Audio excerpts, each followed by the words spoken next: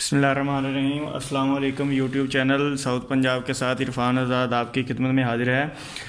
आज मेरे पास एक और यूपीएस आया है, हेक्सा का मॉडल है, 1204 कोड है इसका। तो सिंगल बैटरी वाला ये यूपीएस है 12 वोल्ट का। तो इसको हम करंट देकर देखते हैं कि ये क्या फॉल्ट दे रहा है, आपको दिखा देते हैं। ये मैंने इसको 12 वोल्ट करंट दे दिया है, इसको मैं ऑन कर रहा हूँ लेकिन ये यूनिट ऑन नहीं हो रहा।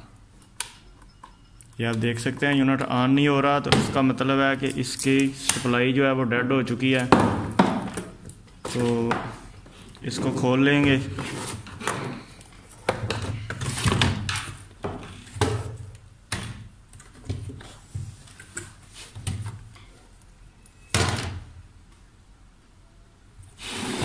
इसको खोलने के बाद जो फॉल्ट बेसिकली होता है, जो डेड यूनिट होता है, सबसे पहला काम होता है कि आपने ये फ्यूज़ चेक करने हैं।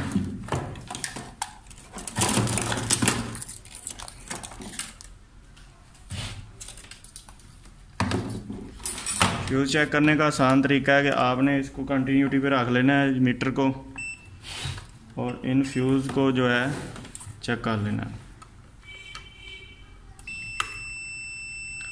फ्यूज़ ठीक है। फ्यूज़ चेक करने के बाद आपने सप्लाई वाली एरिया में आ जाना है। सप्लाई के साथ यहाँ पर एक लगा हुआ है 740 लगा होता है, या फिर यहाँ पर एक 630 IRF लगा होता है। उसकी जगह पे आप 740 भी लगा सकते हैं, 17N40 भी लगा सकते हैं। कोई भी ऐसा FET जो आउटपुट में लगता है वो भी आप इसके साथ लगा सकते हैं।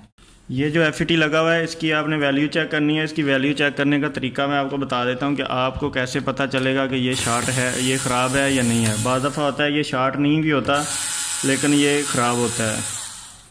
तो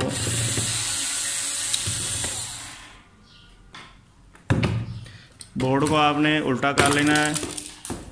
दूसरी साइड पे आपको नज़र आ रहा होगा ये वाली सप्लाई जो है ये पहले भी तकरीबन किसी ने रिपेयर की हुई है। तो इसको चेक करने का आसान तरीका ये है कि ये तो आपने इसकी जो शॉर्टेज है वो चेक कर लेनी है। ये देखें ये शॉर्ट हो रहा है, तो जब आप इसकी शॉर्टेज चेक करेंगे आपको पता चल जाएगा कि ये शॉर्ट है। अगर नहीं तो फिर आपने रेजिस्टेंस के ऊपर मीटर को रखना और इसके साथ एक 49.9 की रेजिस्टेंस लगी, उसकी वैल्यू चेक करनी है आपने। ये देख सकते हैं आप वो अपनी वैल्यू पूरी नहीं दे रही। तो इसके लिए क्या करेंगे, हम इसको निकाल लेंगे। निकालने के बाद आपने इसकी जो वैल्यू है वो पूरी करनी है। ये देख सकते हैं। अगर ये एक बात आपने ध्यान में रखनी है कि जब आपने अगर तो 630 लगा हुआ है तो उसके साथ हीट सिंक लगाने की ज़रूरत नहीं है। अगर जब आप 740 लगाएंगे तो उसके साथ एक छोटा हीट सिंक आपको लगाना पड़ेगा। अगर नहीं लगाएंगे तो ये दोबारा फिर शॉर्ट कर देगा इस FET को, क्योंकि ये ज़्यादा हीट होता है। 630 जो होता है वो इतना ज़्यादा हीट नहीं होता। इसको निकालने के बाद हम इसकी वैल्यू चेक कर लेते हैं।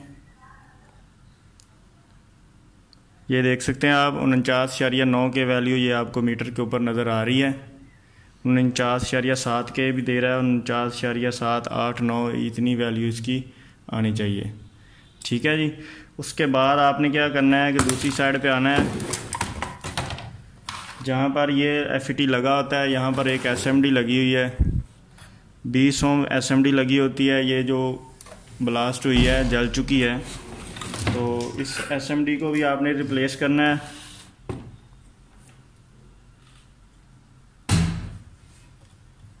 अगर आपके पास ये SMD नहीं भी है तो इसको डायरेक्ट कर दें आप।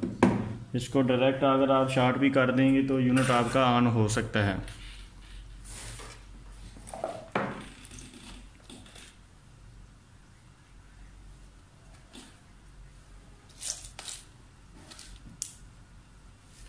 मेरे पास ये 20 ओम रेजिस्टेंस मौजूद है, तो इसलिए मैं इस रेजिस्टेंस को रिप्लेस कर दूंगा, नहीं लगा दूंगा इसकी जगह पे।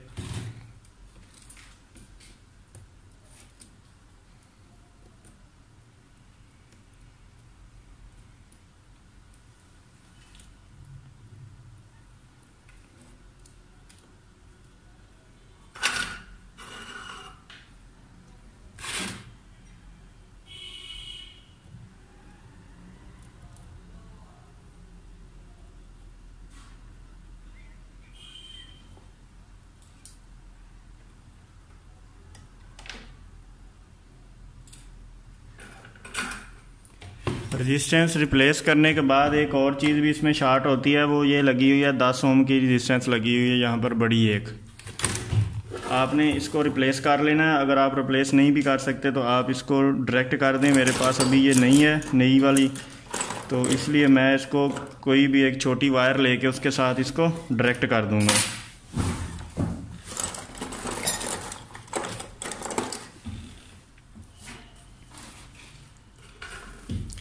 ये जो 2 पॉइंट हैं इनको आपने डायरेक्ट कर देना है।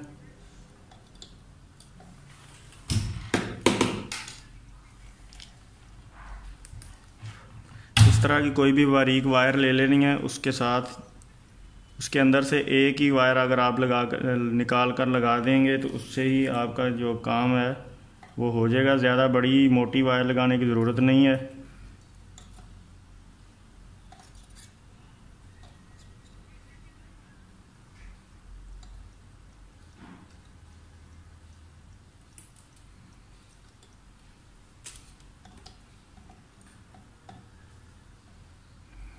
ये आप देख सकते हैं, इसको भी मैंने डायरेक्ट कर दिया है। और वहाँ पर जो दूसरी साइड पे जो 20 ओम लगी हुई थी एसएमडी में, वो भी मैंने रिप्लेस कर दिया है। तो अब हम 740 या 630 जो भी IRF है उसको हम रिप्लेस कर देंगे।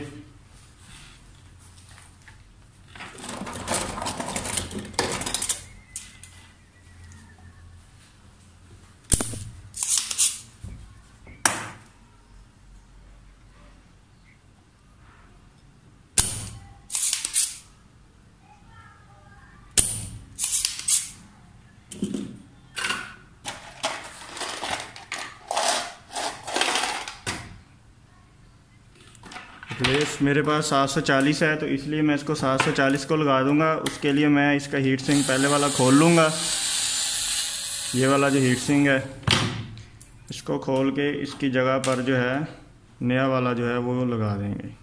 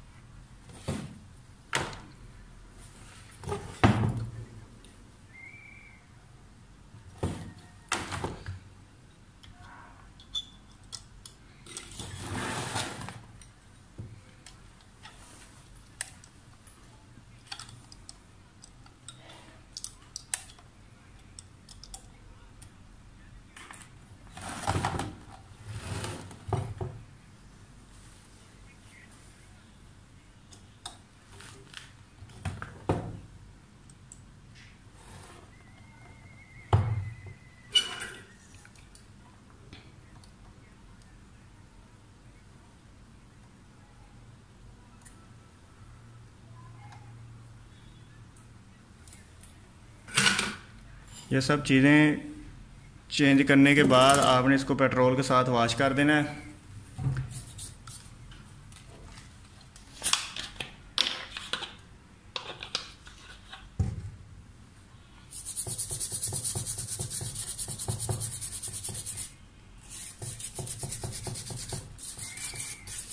इसमें सप्लाई में इतना ज़्यादा फॉल्ट नहीं होता। जो जब भी ये मसला आता है तो इसमें यही चीज़ें ख़राब होती हैं, 2-3 चीज़ें ख़राब होती हैं। एक IRF जो लगा होता है, इसमें मॉसफेट लगा होता है जो सप्लाई में, वो वाला ख़राब होता है। और साथ में 20 ओम और एक 10 ओम जो रेजिस्टेंस लगी हुई, ये 3 चीज़ें ख़राब होती हैं। इसके अलावा और कोई चीज़ सप्लाई में जो है वो ख़राब नहीं होती। तो ये चेंज करने के बाद, मॉसफेट चेंज करने के बाद एक बार फिर हम इसकी जो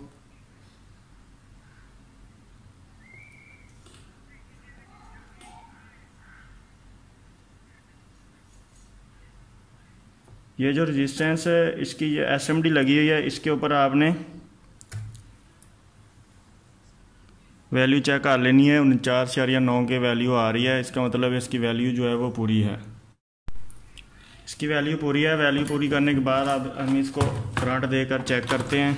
इसका पैनल लगा लेंगे इसके साथ।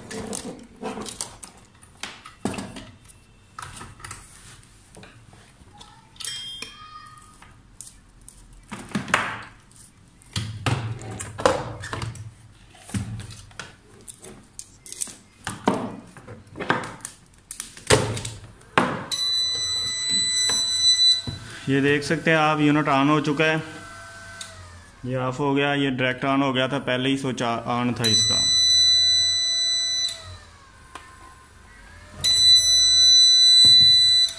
इसके स्विच में भी प्रॉब्लम है, ये किसी वक्त वर्क कर रहा है, किसी वक्त नहीं कर रहा, उसको भी रिपेयर करेंगे।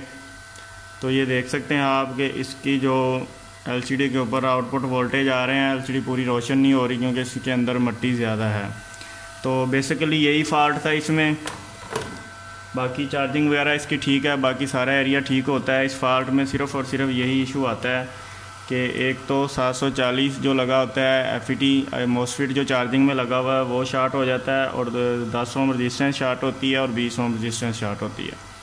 तो अगर आपको ये वीडियो अच्छी लगी है तो इस वीडियो को लाइक करें, शेयर करें और कमेंट सेक्शन में ज़रूर बताना है कि आपको अगली वीडियो कौन से फॉल्ट में चाहिए, आपको कौन सा इशू आ रहा है। मज़ीद अगर किसी भी किस्म की हेल्प चाहिए तो आप कमेंट्स में मुझसे नंबर मांग के मुझसे रब्ता कर सकते हैं। तो मेरे चैनल को सब्सक्राइब कर लें, साथ में जो बेल आइकन को दबा लें ताकि मैं जो नई वीडियो अपलोड करूं वो फौरी तौर पर आप तक पहुंच सके। तो इसी के साथ ही अगली वीडियो तक इजाज़त दीजिए। अल्लाह हाफ़िज़।